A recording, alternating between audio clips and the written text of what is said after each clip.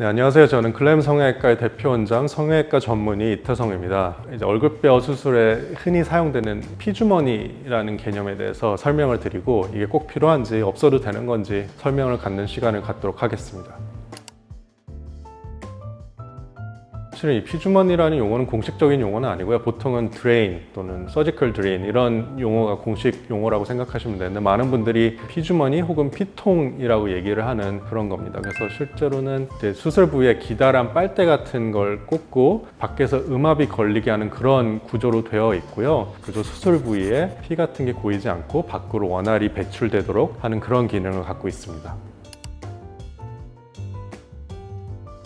사실 그렇게 무서울 건 없는데 피주머니를 갖고 있으면 불편한 건 사실 맞습니다. 입안에 이 빨대 같은 관을 2개 갖고 있기 때문에 항상 불편하고 물을 제대로 마실 수도 없고 움직일 때마다 상처에 자극이 돼서 아플 수 있고, 근데 무엇보다 가장 많이들 걱정하는 게 피주머니를 뺄 때입니다. 보통 수술한 다음 날에 아침에 저는 이제 필요하다면 빼는데 빼는 것 자체는 뭐 1초, 2초면 되는 아주 간단한 과정이긴 한데 실제로 그래서 무서울 것까지는 없지만 그 무섭게 느껴지는 건 저도 충분히 이해되는 그런 마음입니다. 피주머니는 수술한 부위에 출혈이 많거나 아니면 수술 후에 출혈이 있어서 그게 안에 고일까봐 걱정되는 경우에 이제 할 수밖에 없는데, 바꿔서 얘기하면 수술할 때 출혈이 없었다거나 아니면 수술 후에도 출혈 걱정이 없다면 굳이 넣어야 될까, 또 수술 후에 출혈이 걱정되지 않는다면 굳이 안 넣어도 되겠죠. 불안과 걱정 때문에 많은 의사들 또 많은 병원들이 안면 윤곽 수술 후에 거의 루틴처럼 이 피주머니를 사용하고 있습니다. 근데 저도 사실은 예전에는 그렇게 해왔는데 한 2-3년 전부터는 꼭 안 그래도 되겠다 이렇게 느낀 바가 있어서 실제로 2-3년 전부터는 피주머니를 루틴으로 사용하고 있지 않고요. 현재까지도 그 기조를 유지를 하고 있습니다.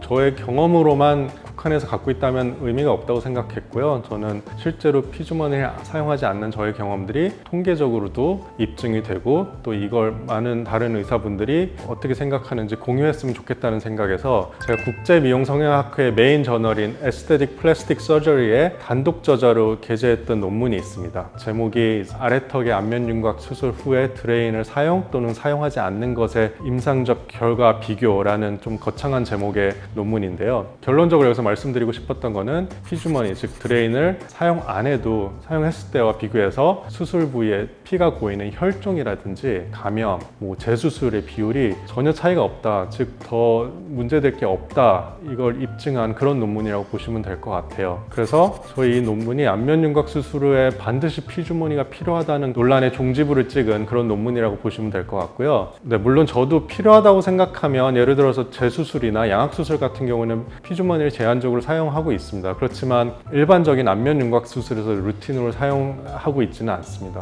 다만 제가 이 논문에서도 밝혔지만 이 피주머니, 드레인을 사용하지 않는 것은 반드시 경험이 많은 수술 의사에 한해서라는 그 대전제가 있습니다. 실력이 없거나 막 시작하는 그런 의사 아니면 출혈에 자신이 없는 그런 의사들은 당연히 피주머니, 드레인을 사용하는 게 더 이득입니다. 그래서 그분들은 이런 드레인을 꼭 사용했으면 좋겠고, 저처럼 경험이 많고 출혈의 위험이 없다고 자부할 수 있는 그런 의사들은 루틴으로 사용할 필요는 없다, 그렇게 말씀드리고 싶습니다.